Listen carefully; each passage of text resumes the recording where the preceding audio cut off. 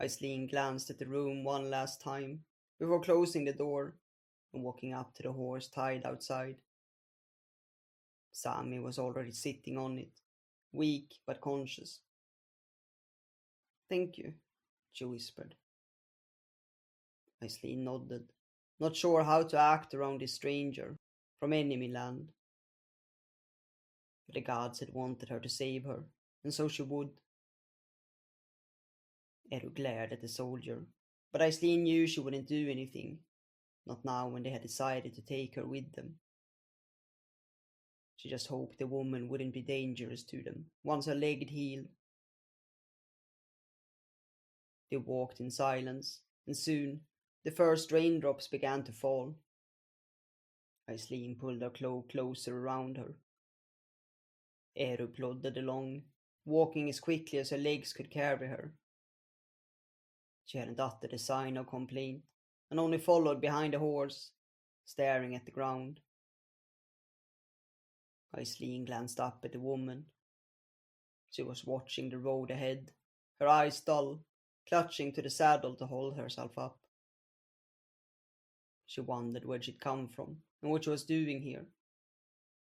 Such a high-ranking soldier wouldn't fight the war on the ground with a footman. She must have come directly from the Sarvan kingdom, but in what errand, Aislin didn't know. Once the woman was stronger, she would ask her. They continued throughout the day, turning north when the trees grew sparse. She didn't know where they were going, only that they needed to find somewhere to stay and keep away from the soldiers. As the evening fell, the rain let up, and they made camp under a large spruce. It was drier there, and Aislin helped Sami down from the horse and lay her down underneath the branches.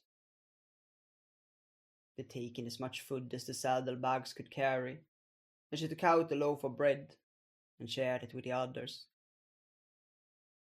Eru sat down, trembling in the cold, and Aislin sat down next to her and pulled her underneath her cloak. They ate in silence, and soon the sun set, and they spent their first night in the wild again. They continued the next day, still silently plodding through the forest and the light drizzle that turned their clothes damp and clinging to their skin. Last night had been cold, and Aislin worried that both Sam and Eru would catch a cold. At home, sitting by the fire, the cold would pass, but out here, it might be the last thing you endured. They had been lucky, though, and hadn't heard a single clash of swords. Maybe the war would ease up over the cold winter months. By the afternoon, the rain let up, and as the evening fell, they made camp by a river. The rain hadn't fallen this far north, and they were lucky and found dry branches for a fire.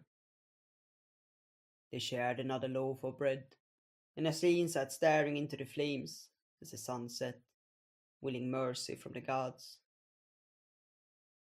That night, they huddled together, Eru sleeping between them, covered by their cloaks. It didn't help.